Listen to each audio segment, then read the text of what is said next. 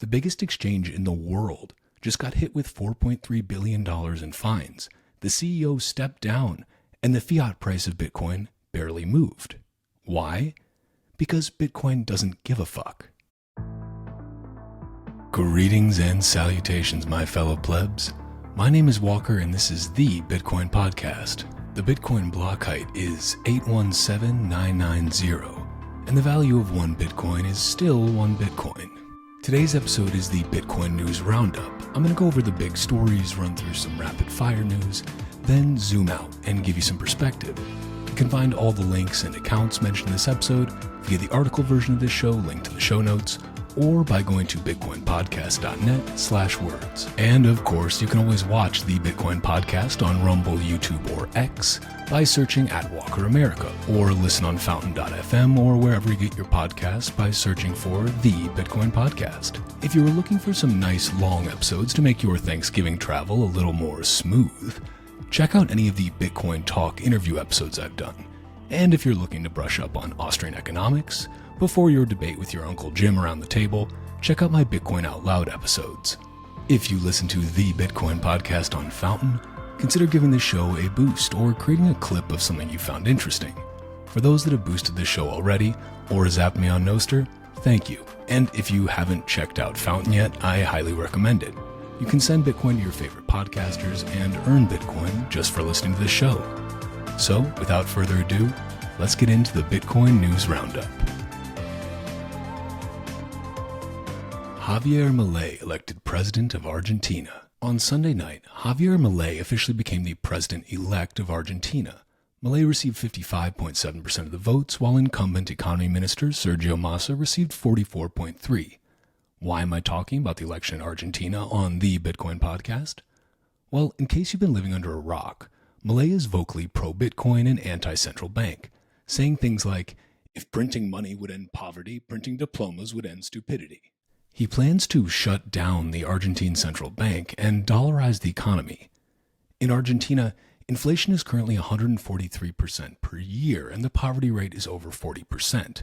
The money is fundamentally broken in Argentina, and when the money breaks, so too does everything else. Argentina long ago earned the nickname the Paris of South America. Of course, in 2023, Paris isn't exactly the most flattering comparison, but back then it was quite complimentary, I assure you. Argentina earned this nickname because the country was absolutely flourishing in the early 20th century, with significant exports, industrial development, rapid urbanization, and European immigration positioning it to be one of the world's leading economies. So, what happened? Well, quite a lot. There were military coups in 1930, 43, 55, and 62. Then in 1966, there was another coup where an IMF-opposed leader was forcibly removed by an IMF-friendly one. Then in 1976, another coup established a permanent dictatorship in the form of a bureaucratic authoritarian state. Since the late 1950s, Argentina has been ensnared in the tentacles of the International Monetary Fund, which has no interest in actually helping countries like Argentina. To quote Alex Gladstein, "Argentina has received 22 IMF loans since 1959, even trying to default in 2001. One would think that creditors would stop lending to such a profligate borrower. But in fact, just 4 years ago, Argentina received the largest IMF loan of all time, a staggering $57.1 billion. If you want to read more about the IMF's dirty dealings in Argentina and around the world, check out Alex Gladstein's article, Structural Adjustment, How the IMF and World Bank Repress Poor Countries and Funnel Their Resources to Rich Ones. He wrote about it for Bitcoin Magazine and also turned it into a full book called Hidden Repression. I highly recommend you spend some time diving into Gladstein's words. The stories he tells are truly eye-opening and sickening. Back to Argentina. This is a country with enormous potential, whose people have been systematically oppressed by various forms of authoritarian states for many decades, and plagued by broken money, especially recently. Milei is a libertarian, anti-socialism, anti-central bank, and generally anti-state. But here's how the legacy media describes him. The Guardian. Argentina's new leader is a snake oil salesman with extreme views on abortion, gay rights, and more. I fear for my country. New York Times. Argentina elects Javier Milei in victory for far right. Wall Street Journal. Argentina gambles on Milei. And finally, from Time, Argentina just elected an eccentric populist who seeks counsel from his cloned dogs. That last one is really incredible. Now, I'm not going to get into the nitty-gritty of his plans or claims made by others about what he will or won't do, but I will note two things that I think are important and also clear at this stage. First, as a libertarian, Milei wants to massively decrease the size of the government. This is a good thing. The smaller the size of the parasitic state, the better. Smaller government means less bureaucracy, less cronyism, less kleptocracy, and more productive people. Second, Milei wants to get rid of the central bank and dollarize the economy. This is not without significant challenges since Argentina does not currently hold many dollars, but thinking long term, the absence of an Argentine central bank will make the adoption of Bitcoin as legal tender much more tenable, as was the case in El Salvador, another dollarized economy. Adopting Bitcoin is not an immediate panacea for Argentina's people, but it is a step in the right direction. By taking steps to fix the money, Argentina will have the ability to slowly fix the broken parts of their society that all stem from the base layer of broken money. Ultimately, Milei is a student of Austrian economics, which necessarily makes him inclined to keep the government and central bank away from the money entirely, giving people more freedom to choose the best money in a free market. Of course, the IMF may not be so happy with Milei's plans to dollarize. As Alex Gladstein pointed out, the IMF doesn't want dollarization. It prefers 100-plus weak currencies that can easily be devalued to boost exports at the expense of living standards and purchasing power. Now, if you've listened to this show before, you know I do not put any faith in individual politicians, and certainly not in the government apparatus at large. I believe that the state is a parasitic organization that perverts the law in order to plunder unwilling citizens of their private property. I believe that the government should be as small as humanly possible, and the only legitimate purpose of the government is to protect the private property of its citizens. If a government instead plunders the private property of citizens through perversion of the law, then that government is a failure. That said, while I am always doubtful of the motives of politicians and refuse to idolize any, that does not mean I believe everything a politician does or plans to do is inherently bad. I also find it interesting how Milei appears to piss off people on all sides of the political spectrum. I've seen a lot of people on the left side of the political spectrum say that Milei is a right-wing extremist with archaic views. I've also seen a lot of libertarians say Milei isn't libertarian enough and is just another statist cuck in sheep's clothing, so to speak. Personally, I think Milei's victory is a net positive for Argentina's people. I think any politician who seeks to reduce the role of government in money and in people's lives in general is on the right track. I do not know what the future holds for Argentina, but right now the people seem finally to have some hope that the darkest days are behind them and the brightest days are ahead. As Based Layer put it, Milei's victory isn't just political. It's about a narrative of freedom, open commerce, and defending private property winning today. This is another pro-Bitcoin president like Nayib Bukele, who wants to make radical changes to lift his people and his country up. Those changes and his methods may not always be popular to those in the so-called developed world who are looking in from the outside. What I hope is that Milei stays true to his libertarian ideals and puts the freedom of the individual at the center of his plans moving forward. Zooming out, this election is about more than Milei and Argentina. This election is a signal. It's a sign that the Overton window is shifting. The spectrum of public discourse, public policies, and public officials that are now deemed acceptable by the masses is widening. Central banks and Bitcoin are on the ballot across the world, and bloated kleptocratic states are on the chopping block. TikTok.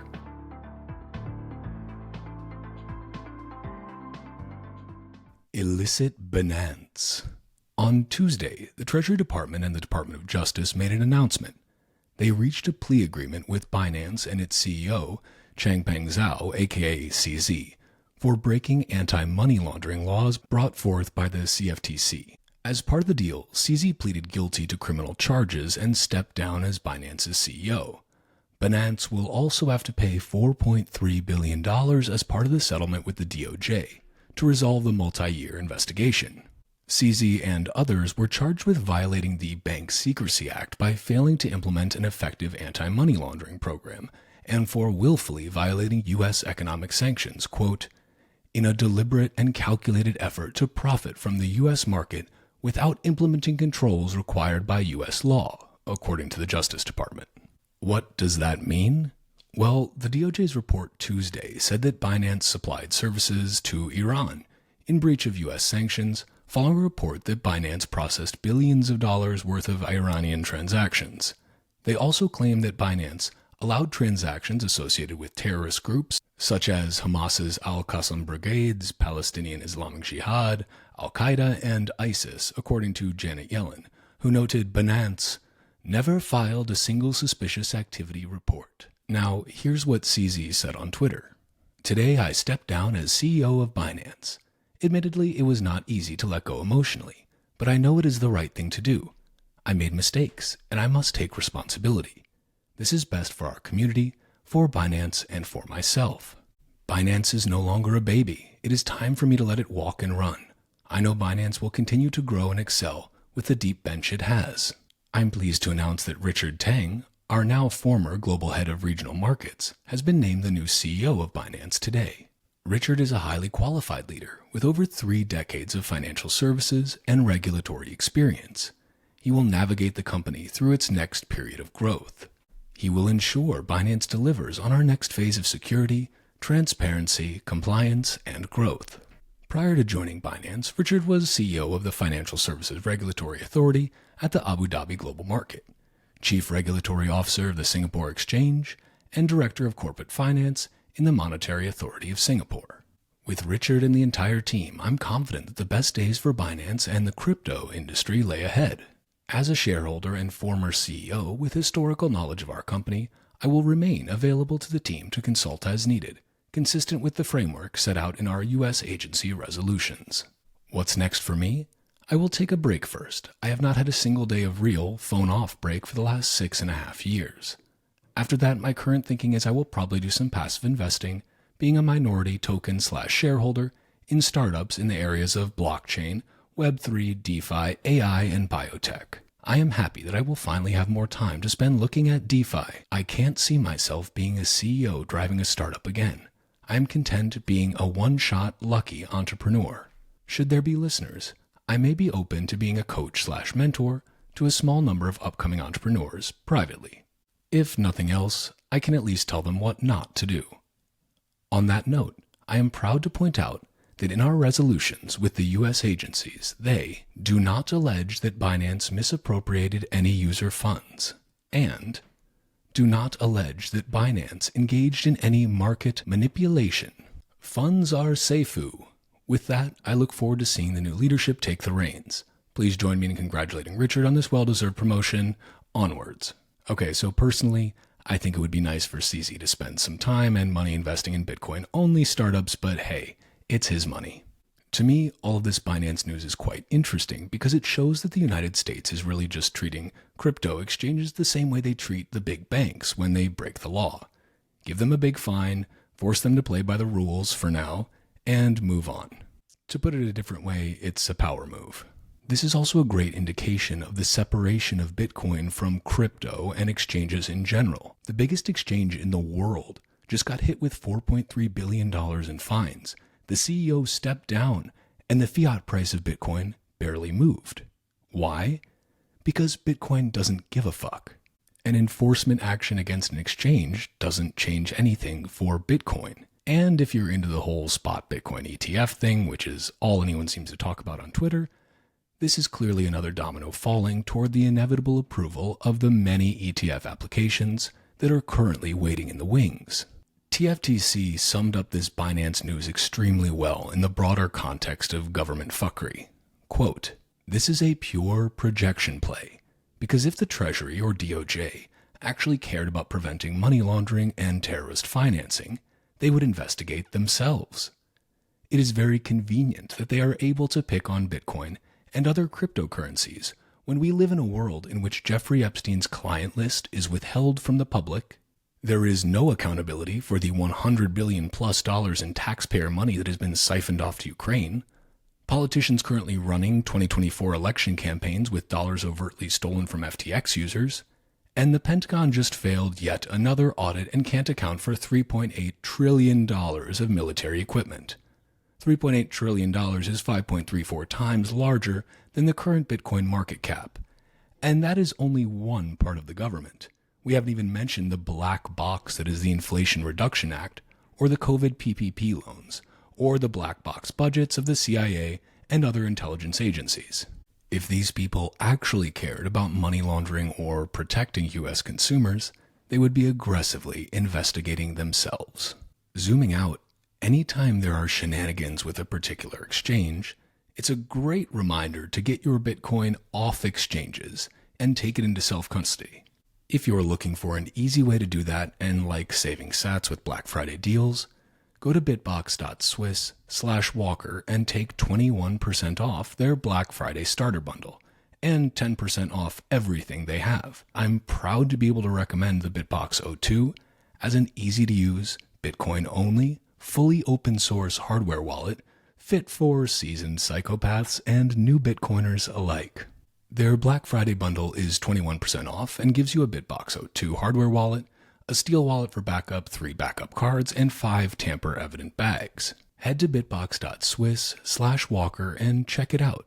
When you purchase through my link, you not only get the great open-source hardware, but you help support this show. So, thank you.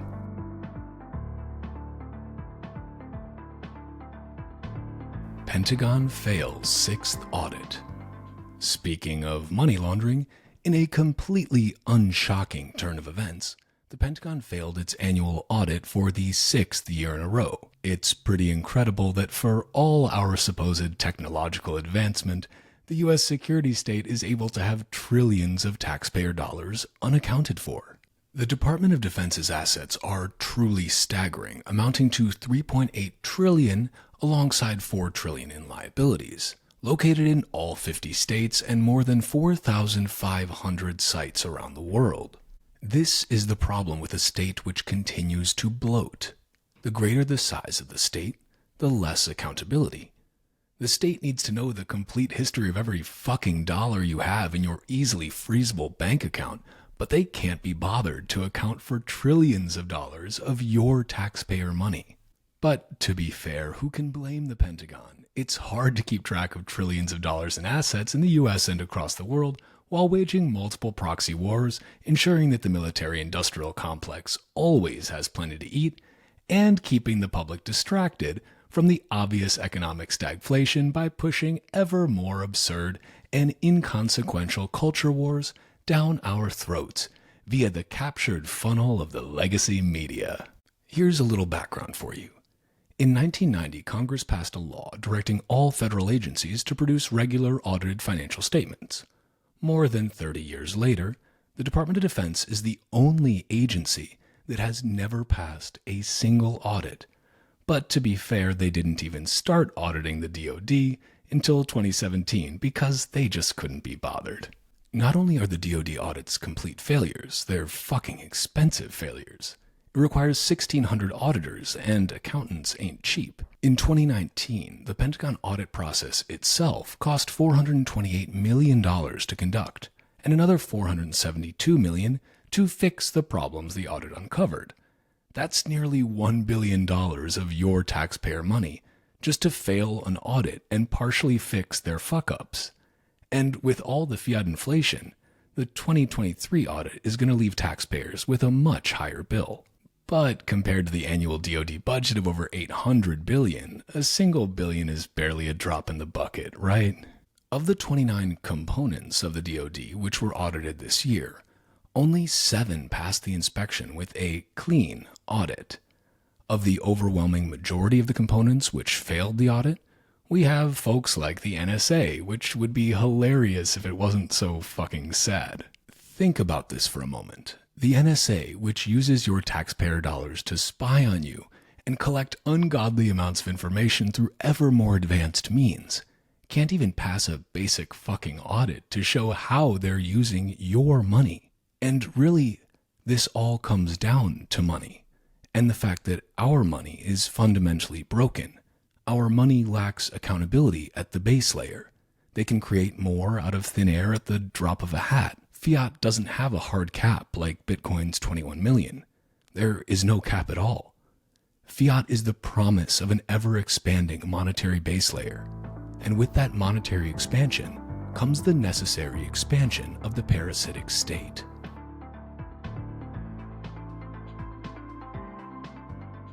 Now for some rapid-fire news.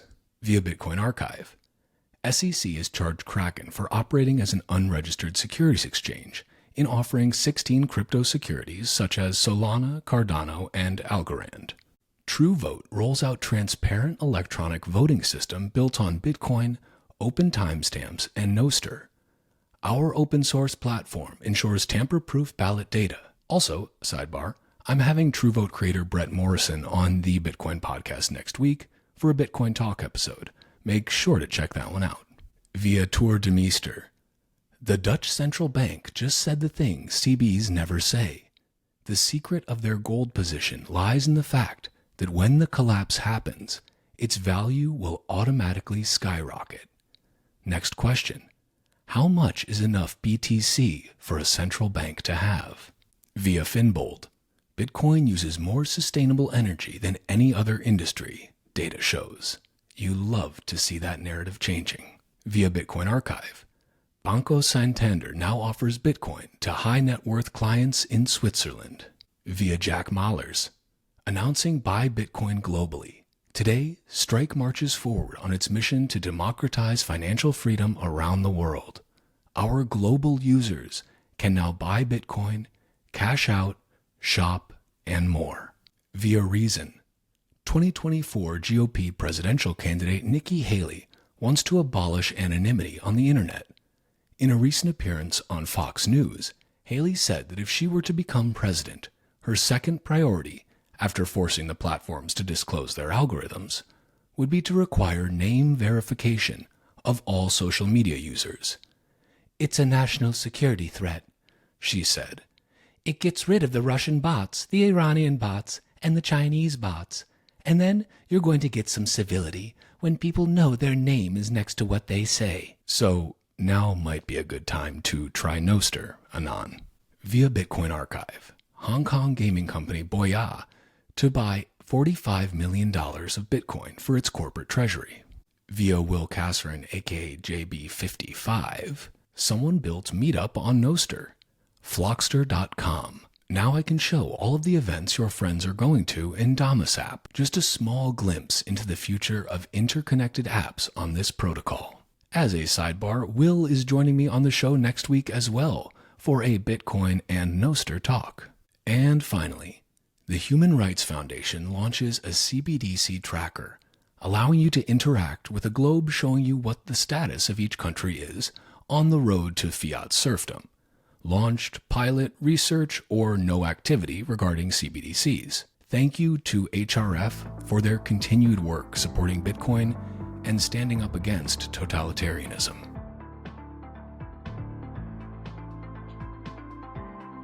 To wrap up today's show, let's zoom out.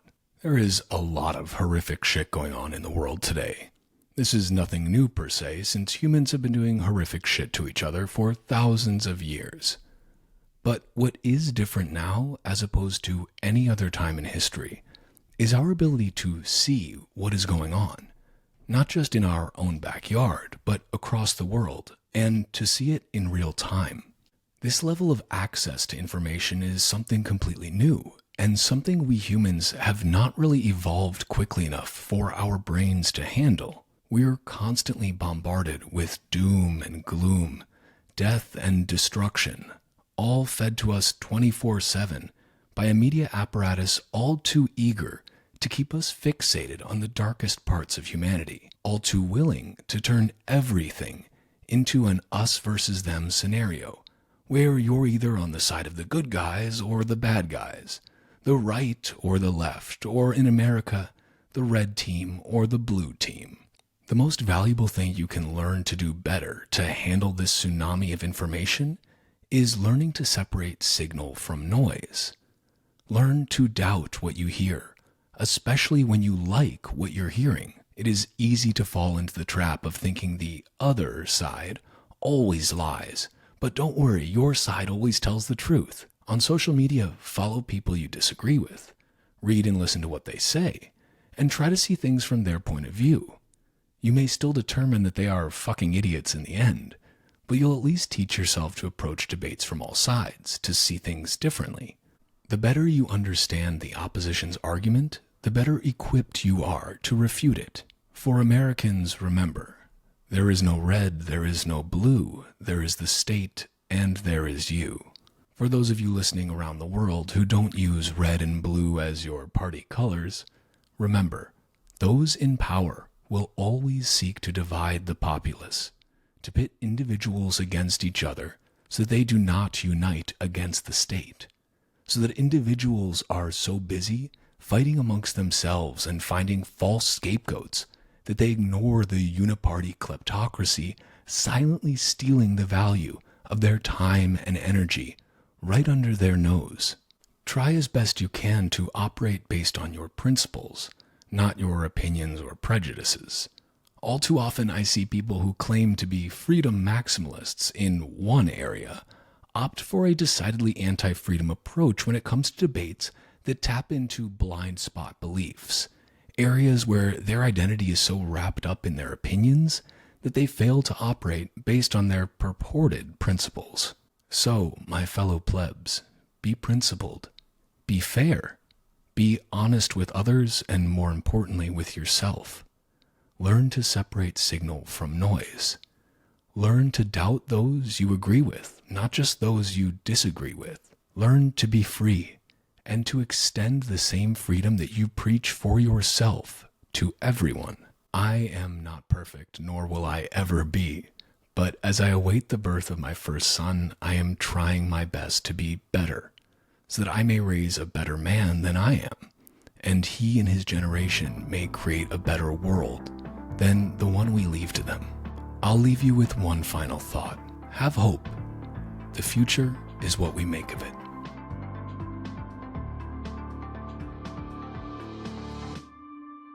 And that's a wrap on this Bitcoin News Roundup episode of the Bitcoin Podcast. If you are a Bitcoin-only company interested in sponsoring another fucking Bitcoin podcast, head to bitcoinpodcast.net. You can find me on Nostr by going to primal.net/walker. And if you want to follow the Bitcoin Podcast on Twitter, go to @TitcoinPodcast and @WalkerAmerica. You can also find the video version of this podcast at youtube.com/@WalkerAmerica or @WalkerAmerica on Rumble. Bitcoin is scarce. There will only ever be 21 million, but Bitcoin podcasts are abundant. So thank you for spending your scarce time to listen to another fucking Bitcoin podcast.